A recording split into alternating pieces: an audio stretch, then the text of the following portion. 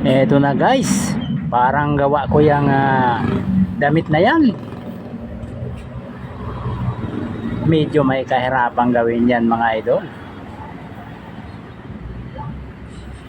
Talagang mabusisi yung mga ganyang klase ng gawa.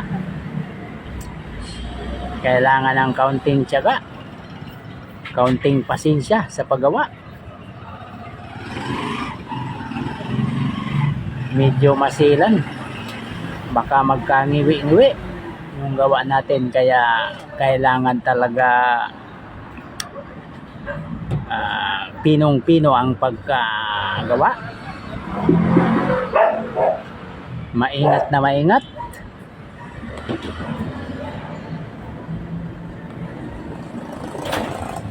Ayan, ang daming bit-bit-bit-bit.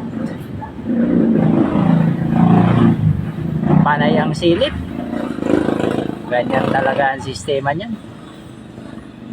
Para naman na masilip mo talaga kung mayroon pang diferensya. At haya na nga.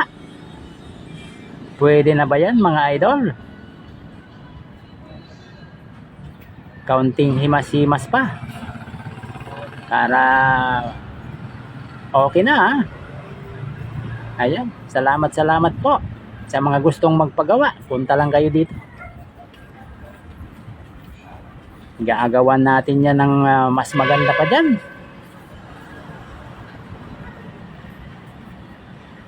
Iba-ibang klase.